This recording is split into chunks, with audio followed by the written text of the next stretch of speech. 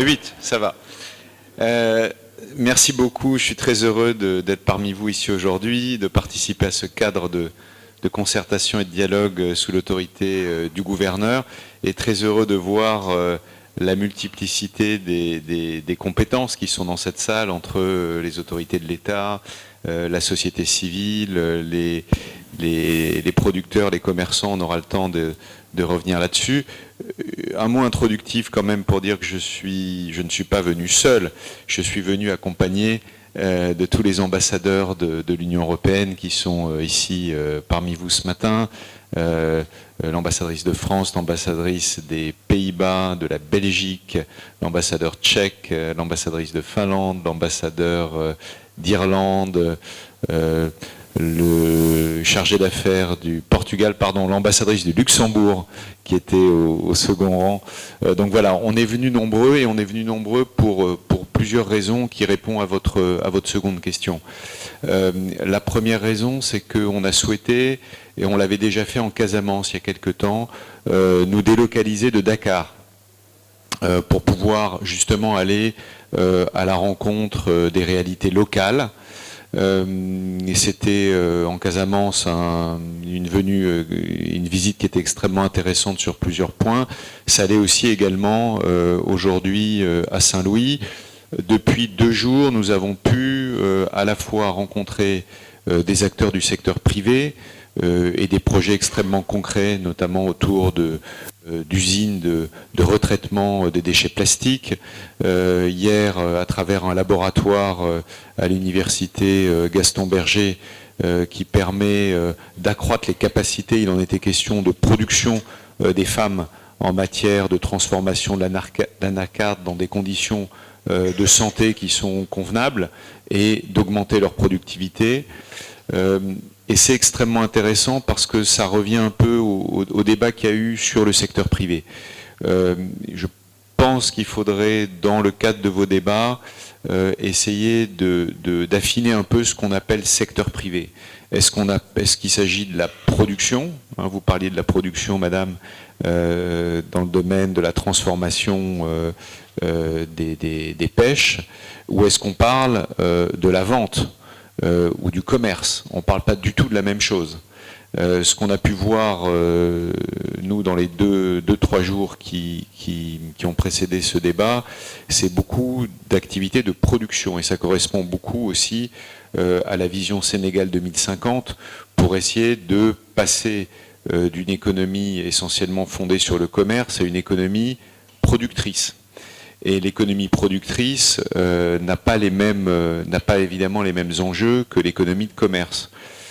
Pour revenir à l'exemple sur la grande distribution, par exemple, on voit bien que la grande distribution a permis de structurer aussi des chaînes de valeur, a permis de garantir des revenus à des petits producteurs.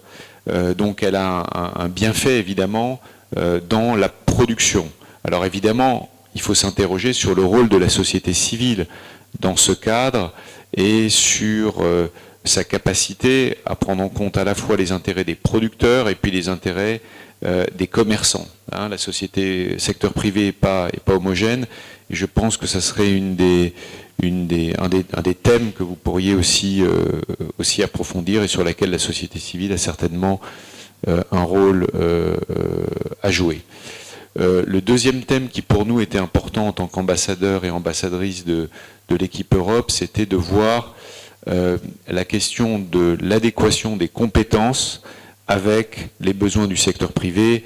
Le directeur de l'ARD en a dit un mot, et on a eu un échange intéressant hier dans une société de concession d'électricité, qui là aussi est une joint venture maroco-sénégalaise qui installe de l'électricité dans les zones rurales un peu éloignées.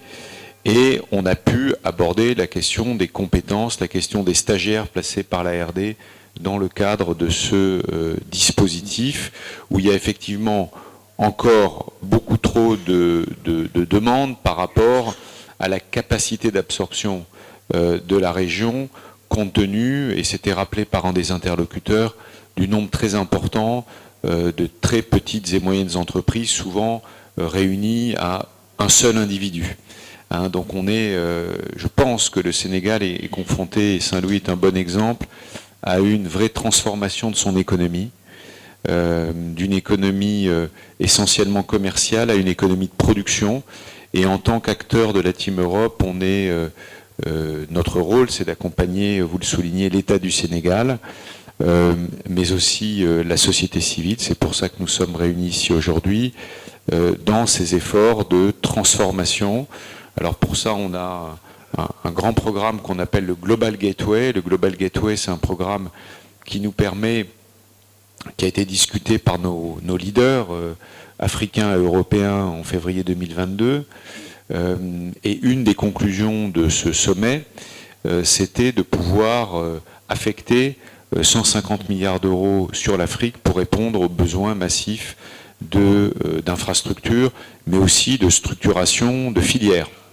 Et on parlait d'agroalimentaire, c'est un sujet essentiel pour la région de Saint-Louis, et l'équipe Europe est très impliquée dans la création de chaînes de valeur agricoles, en partant d'une approche bottom-up qui prenne en compte les coopératives et la production au niveau des coopératives, et qui, avec l'aide de la société civile, avec l'aide de l'État du Sénégal, permet de répondre aussi à une dimension industrielle, parce que on parlait de l'exemple du riz, je crois que c'est un bon exemple, c'est la valeur ajoutée vient de la capacité de produire à des coûts qui soient rentables pour l'économie et qui puissent faire en sorte que les consommateurs puissent acheter localement moins cher que si elles achetaient des produits d'importation. Et tout le débat de cette transformation de l'économie, je pense que vous avez raison, ça a été rappelé par le premier intervenant, passera par un dialogue, une co-construction entre l'État, la société civile, le secteur privé dans sa diversité, et les partenaires que nous sommes sont là pour accompagner de manière, je dirais, structurante le plus possible. C'est pour ça que nos efforts ici se concentrent sur le secteur privé. Certains d'entre nous peuvent d'ailleurs directement appuyer des entreprises directement pour accroître leurs capacités. Tous nous sommes engagés autour d'un grand projet qu'on appelle le FIT, Formation, Insertion, Travail. Et ce projet Formation, Insertion, Travail vise à identifier plus de 200 métiers qui vont survivre aux Jeux Olympiques et qui vont permettre de former des dizaines de milliers de jeunes dans des métiers qui vont perdurer, parce qu'il ne peut pas y avoir d'augmentation de la production sans augmentation des compétences. Les deux sont liés, donc production, capacité, compétences, je crois que c'est vraiment les trois éléments sur lesquels nous sommes engagés, en soutenant évidemment l'État, mais aussi en soutenant des projets dans les régions. Et c'est pour ça que pour nous c'est important, et je vous remercie d'avoir présenté ces diapos ce matin sur l'économie de la région, sur les priorités de la région.